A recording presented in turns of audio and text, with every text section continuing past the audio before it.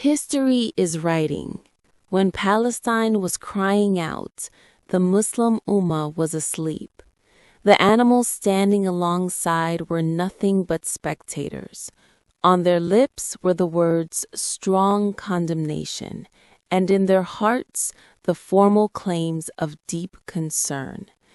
It is said, just condemn, remain silent, and wait for your turn. Meanwhile, there is Palestine, where the dreams of innocent children are buried under the rubble, where mothers' arms have been left empty, where with every call to prayer, another body is lifted.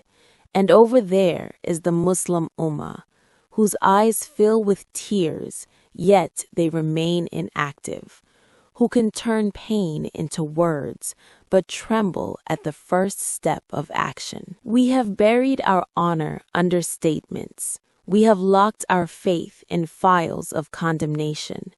Palestine is burning, being torn apart, dying, and we merely repeat words of sorrow while standing, waiting for our turn. This silence is also a crime.